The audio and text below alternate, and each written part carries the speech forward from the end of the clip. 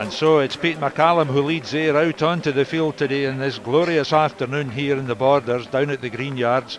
Was there ever a better setting for rugby 15s or rugby 7s? And then down below us, Melrose come out in their familiar yellow and black, led out by the captain and wing forward Grant Runciman. The wee team muskets there adding a nice little touch to the afternoon's proceedings. Armstrong brings it back this way. Currell. Good tackle there by Bevan.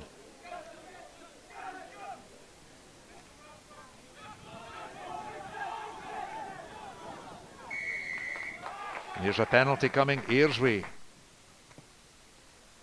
Plenty height and distance. Direction's good as well. First blood to Ayr as they go ahead. Melrose 0, Ayr 3. Ross Currell with the penalty goal. McAndrew. Oh, thumping tackle there.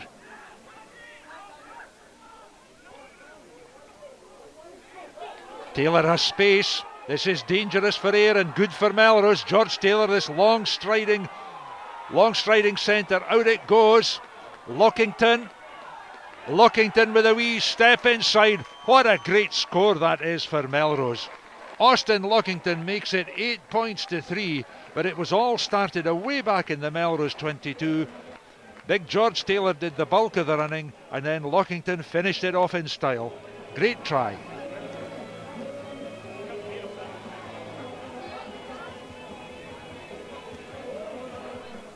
McAndrew, that was a dipper for Jackson to take, but he did very well.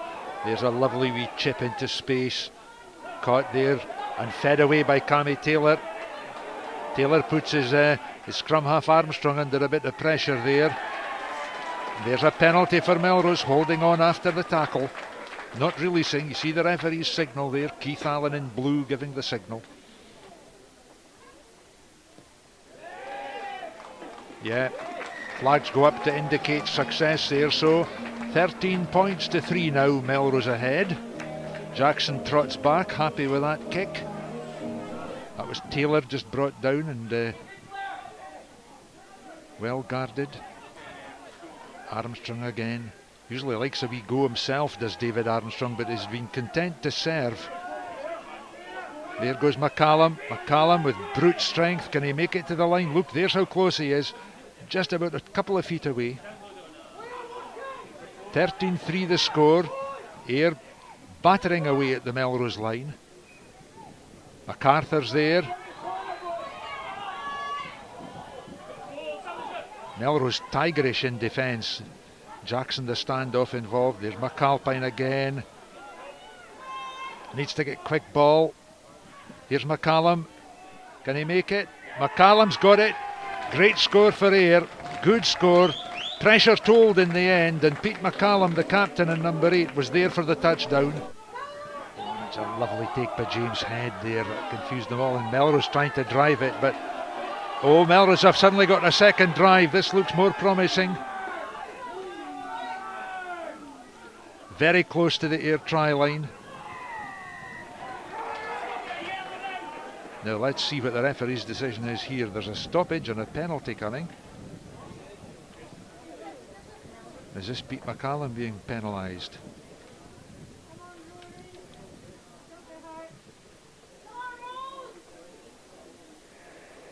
Oh dearie me. And it's a red card. That's Will Bordill then with his second yellow, which automatically becomes a red. So Bordill is off for the remainder of the game. Carmichael, lovely take. Now what can this Melrose pack do here? Oh, they're going to get in surely this time. That's a great score. And it's Russell Anderson, I think, the hooker, who's got the touchdown. There's Jackson. Yeah, that's home and dry. That might just clinch it now for Melrose. And of course, they disappear behind the ironwork of the Melrose grandstand, but we can see it on this other picture. Desperate days. Is that another try for Melrose? I think it is. And I think it's Rory McLeod who's got it. It's certainly another try. It's 25 points to 10. And I think it's that lad there. Yeah, number 17 in the back of his jumper, Rory McLeod. And the conversion sails over, 27 points to 10. And there is the final whistle. And so Melrose couldn't get the fourth try for the bonus point, but they have managed 3 excellent tries in this very good Premiership game today. 3 tries, 27 points to 10. Melrose extend their lead at the head of the BT Premiership table. So after that top of the table clash at the Greenyards, let's catch up now on the rest of the action from round 14 of the BT Premiership. And we begin at Netherdale, where the hosts were desperate for points against Stirling. Gala claiming the game's first try with this rather innocuous score from Gary Adams.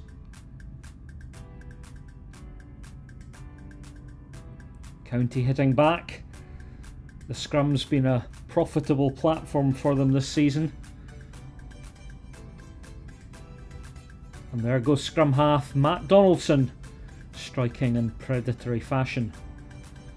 Second half now, and it was more of the same.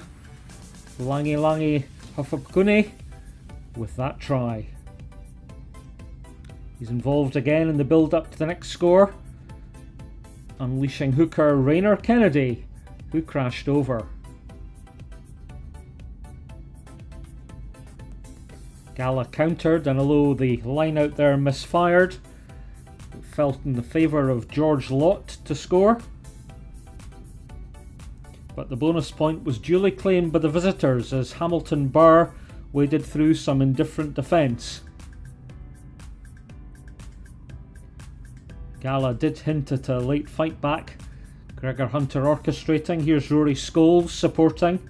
And from Scholes' kick ahead, it's Ross Coombe winning the race for the touchdown. But a late penalty from Johnny Hope earned Stirling the full points. After their heroics against Ayr, Hoyt travelled to Megatland. And from this line-out ploy, blindside flanker Aubrey Ukube drove over. Chris Laidlaw's kick ahead here. Caught at full tilt by Grant McConnell. And the BT Sport Academy winger was clawed down just short. There's Craig Keddy retrieving the ball. And the back row forward crashes over at the posts.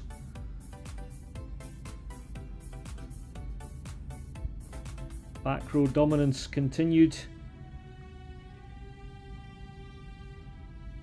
And it's Mkube pirouetting for his second try. Second half now, and from Hoyt fullback Kirkford's kick ahead, Darcy Graham showed a clean pair of heels, continuing his rich form from that game against Ayr. Will Hello, the Edinburgh pro, testing the home defence, and Graham in at close range completes his brace. But it was Burramuir grabbing the final try. Storming run from Keddy, and substitute Greg Canny on his elbow. To Old Annisland, where Hawks were looking to achieve the double over last season's champions Heriots. And from a bit of close range bosh, great skill from Hagen Schult to tip on to the prolific Kerr Gossman. Heriots reply just before the break, and it's Junior Rasalea giving the scoring pass to Charlie Simpson in the corner for a 1 point advantage to the men from the capital, and the Battle of the Boot was dominated by Schult in the second half. At Maleny Park, Scotland age grade and BT Sport Scottish Rugby Academy winger Ben Robbins, in still relatively unfamiliar yellow and black, scored from this wide pass against his alma mater.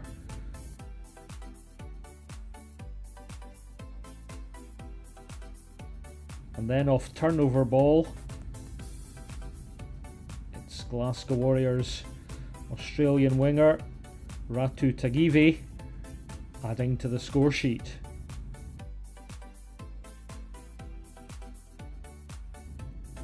Time for Watsonians to fight back. And with Rhys Cullen integral to this counter. Sean Crombie, experienced hooker, crashes over.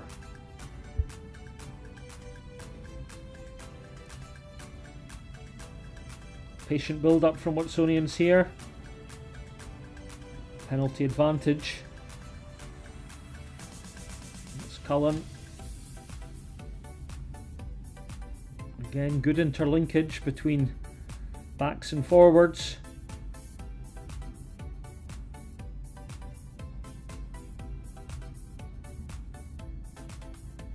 Oh, another grand tip on, and it's Andrew Chalmers scoring for Watsonians, cutting Curry's half-time lead to 20 points to 12.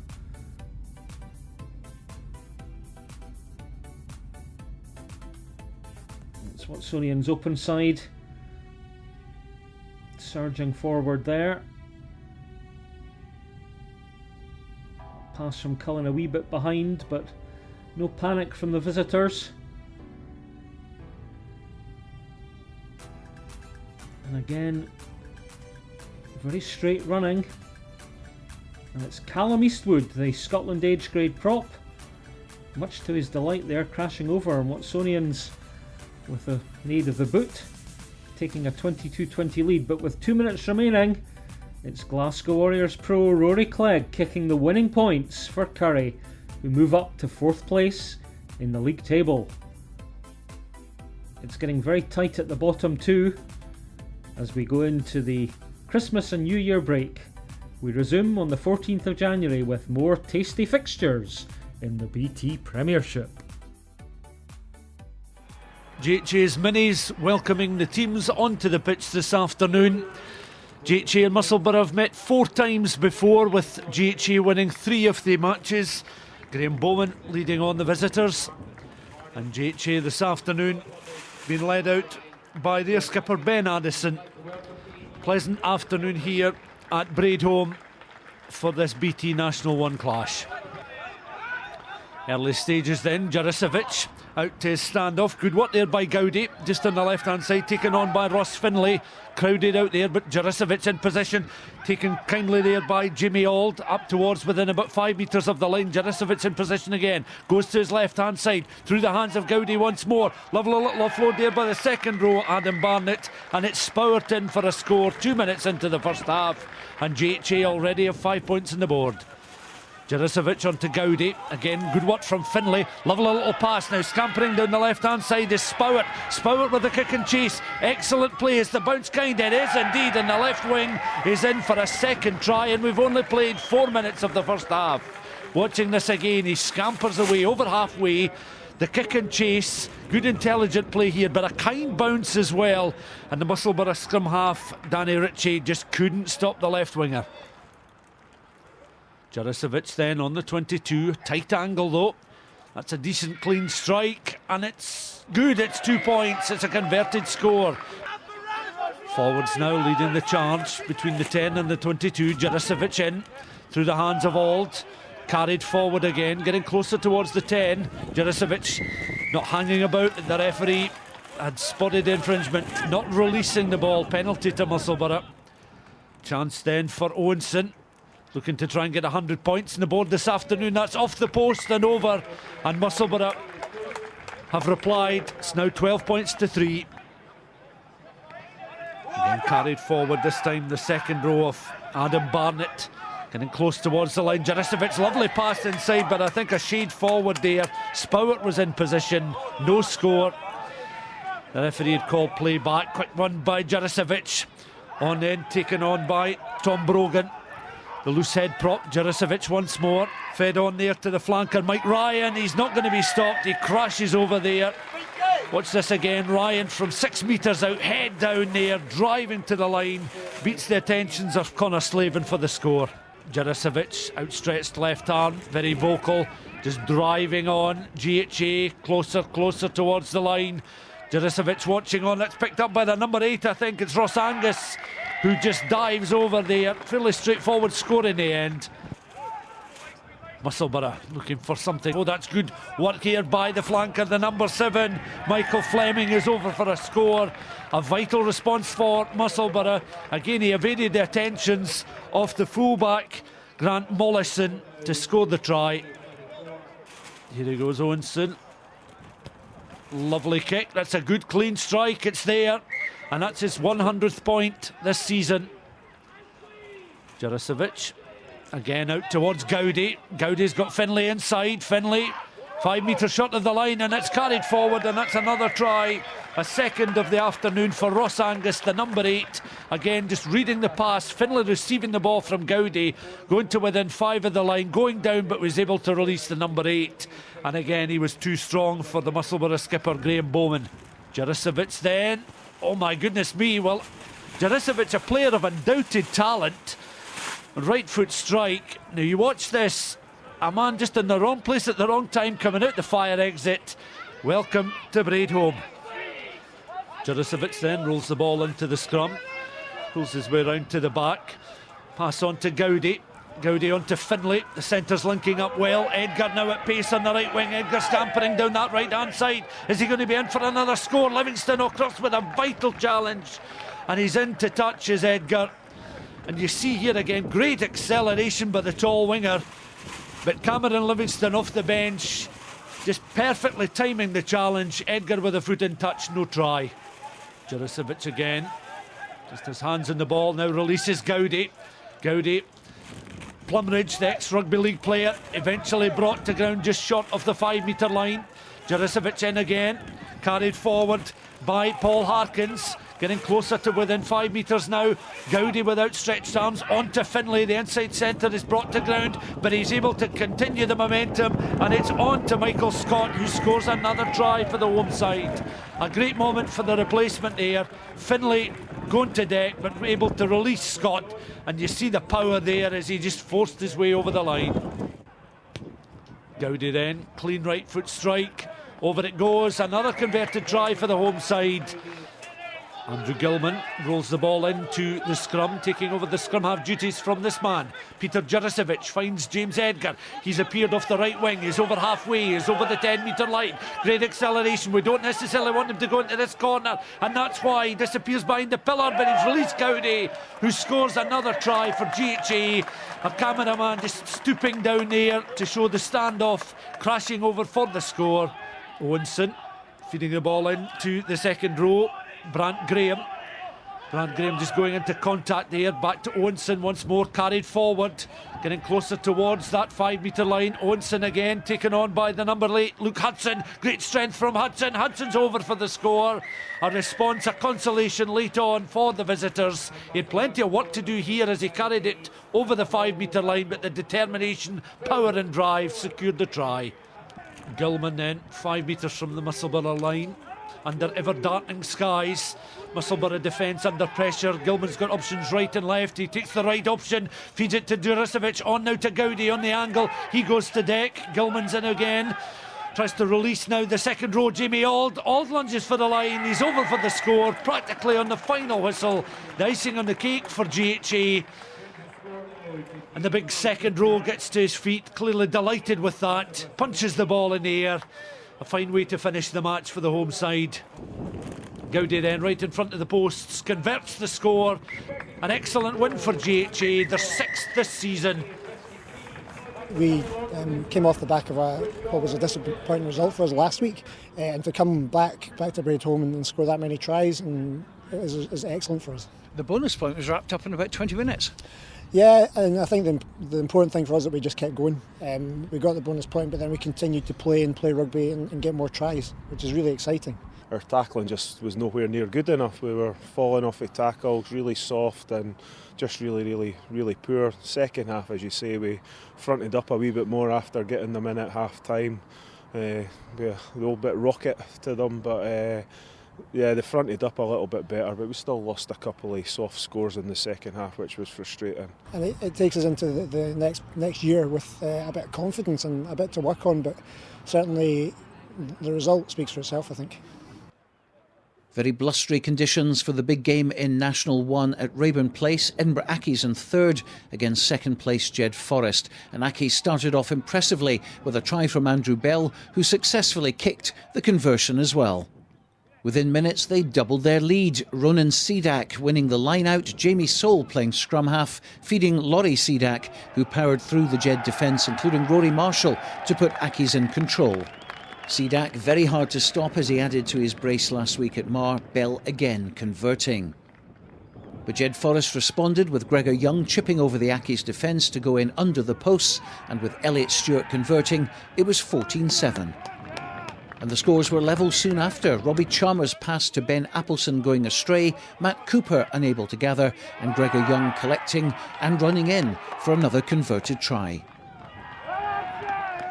Andrew Bell kicked 2 penalties though to give Accies a 6-point lead at the interval, and they extended that lead when Ben Appleson went over near the corner.